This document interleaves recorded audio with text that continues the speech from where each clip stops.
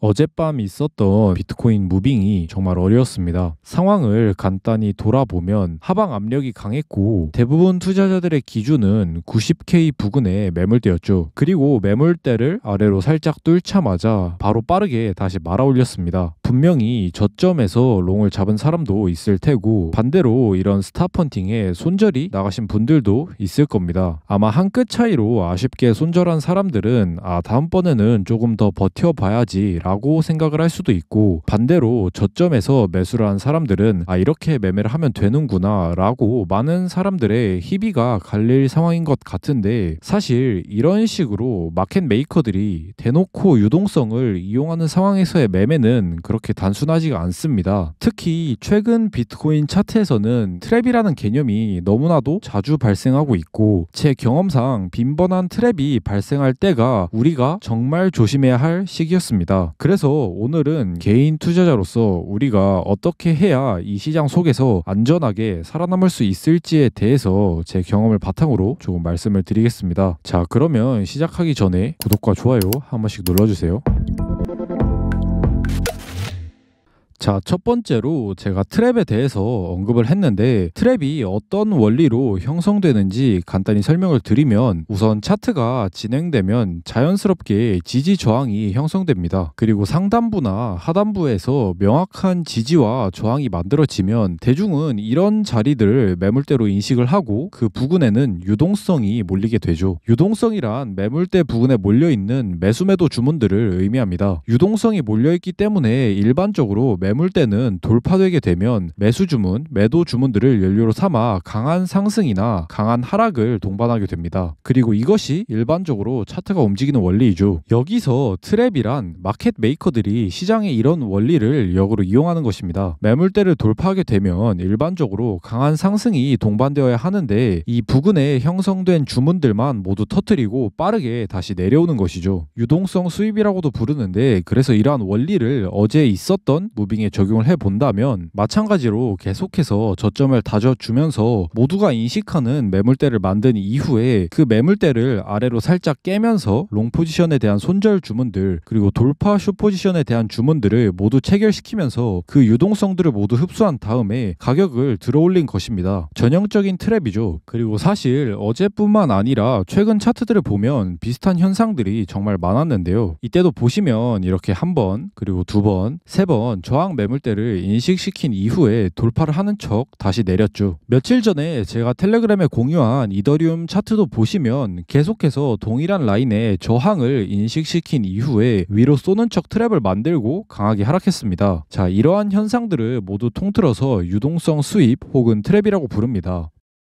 자, 그러면 이제 우리는 트랩이라는 개념을 알고 있으니 이런 페이크 무빙에 당하지 않을 수 있을까요? 아닙니다. 이러한 개념을 알더라도 트랩을 판단할 수 있는 명확한 기준은 기술적 분석이 없습니다. 최근 트랩이 자주 나와서 가끔 보면 트랩을 예상하고서 관점을 내는 사람들이 많은데, 한두 번 맞추다 보면 이런 관점들이 좋아 보일 수 있지만 사실 이러한 관점들이 정말 위험한 전략입니다. 그리고 지금부터는 제가 트랩이 정말 무서운 진짜 이유를 말씀드릴 텐데, 사실 내가 여기에서 이러한 손절 라인을 설정해서 진입을 했는데 이렇게 스탑 펀팅을 당했다고 해서 청산이 되지는 않습니다. 하지만 말씀드렸듯이 계속해서 이러한 비슷한 무빙에 털리게 되다면 사람이니 당연히 다음번에는 당하고 싶지 않은 심리가 자연스럽게 발생하죠. 그리고 이러한 심리들이 쌓이다 보면은 나의 기준을 없애버립니다. 가장 대표적인 상황이 이때였죠. 이더리움 차트를 보면은 계속해서 저점을 완고하게 형성해주고 지지를 받을 때마다 크게 반등을 주면서 대중들에게 지지 라인을 인식하게 했습니다. 그리고 재차 지지 라인을 터치하러 오는 이 순간은 명백히 롱 포지션을 진입해볼 만한 손익비 좋은 자리가 맞았습니다. 이때 제 방송을 보신 분들은 아시겠지만 저도 이때 매매를 했었는데 저는 확신에 차서 관점을 냈었었죠. 이 지지 라인을 살짝 깨고 V자로 반등할 것이라 예측을 하고 이 아랫 구간에 매수 주문을 걸어놨습니다. 그리고 제가 이때 확신을 갖고 이런 판단을 한 가장 큰 이유는 바로 이때도 직전에 계속해서 트랩에 대한 잡무빙이 차트에서 발생했고 저는 무의식적으로 이러한 패턴들에 학습되었기 때문입니다. 그리고 결과적으로 어떻게 됐었나요? 이 한 번의 실수로 저는 시드의 50% 이상이 청산당했습니다. 그러니까 트랩이 무서운 진짜 이유는 매물대를 깨지는 이런 순간들에 우리가 트랩인지 진짜 돌파인지 판단을 할 수가 없기 때문이고 이런 과정에서 우리에게 끊임없이 이런 딜레마를 주기 때문입니다.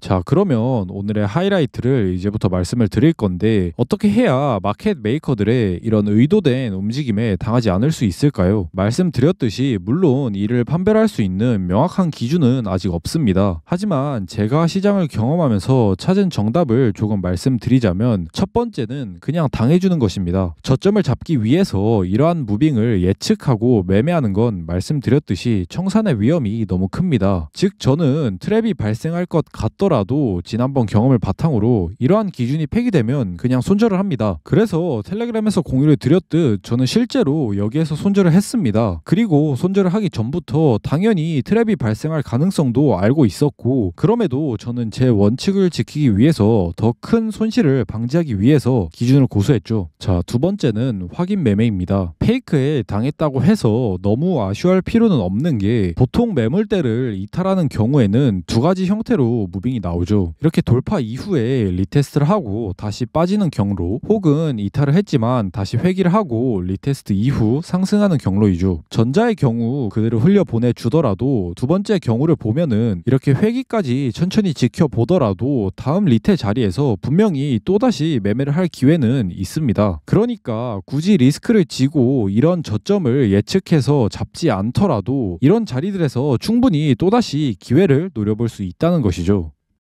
자, 그러면 이러한 내용들을 가지고 이제 다시 비트코인 차트로 넘어가 보도록 할게요. 우선 트랩을 만들고 가격을 다시 들어 올렸기 때문에 당연히 회귀를 했다 판단을 하고 이제부터는 롱 관점이 유리하다고 생각을 하고 있습니다. 말씀드렸듯 이 매물대가 깨지기 전부터 이 트랩을 예측하고 여기에서 매수를 받겠다는 전략은 위험하지만 반대로 이미 회귀라는 결과가 나왔기 때문에 이제는 조금 더 안전한 매매 전략을 가져갈 수가 있겠죠. 그래서 만약 이 저점을 잡지 못한 분들이라면 저는 매물대를 기준으로 눌림목에서 매수를 하는 전략을 가져갈 수 있다고도 생각을 합니다. 다만 여기서도 중요한 점은 마찬가지로 기준이죠. 그리고 눌림목에 대한 기준은 당연히 이 매물대입니다. 눌림이 나올 경우 이 매물대를 기준으로 내가 감당할 수 있는 손익비의 자리에서 매매를 하는 전략을 가져가는 것이 현명할 것이고 만약에 눌림이 매물대 리테스트가 아닌 이 매물대를 하락 돌파하는 파동이 나온다면 또다시 트랩을 예측하기보다는 다시 한번 손절을 해야겠죠. 그리고 저는 이때는 오히려 하방에 대한 가능성이 더 열릴 것이라 생각을 합니다. 어제의 급격한 무빙 이후에 아직 시장이 완전히 안정화되지는 않았기 때문에 어떤 식으로 흘러갈지 조금 더 지켜봐야 할 것 같고 혹시라도 만약에 기준이 폐기되거나 변동이 생긴다면 이런 내용들은 제가 전부 텔레그램에 추가적으로 후속 설명들에 대해서 업로드를 하기 때문에 매매를 하시는 분들은 제 텔레그램에 들어오셔서 참고를 하고 함께 매매를 해도 좋겠습니다. 그러면 텔레그램 링크는 고정 댓글에 남겨놓도록 하겠고 오늘은 트랩에 대한 설명을 포함해서 굉장히 중요하고 꼭 알아둬야 할 내용들에 대해서 다뤄보았는데 단 한 가지라도 여러분들께 도움이 되는 내용들이 있었다면 좋겠고 저는 더 좋은 내용으로 비트코인 시황과 함께 다음 영상을 준비해서 돌아오도록 하겠습니다. 그러면 오늘도 시청해주신 여러분 모두 감사합니다.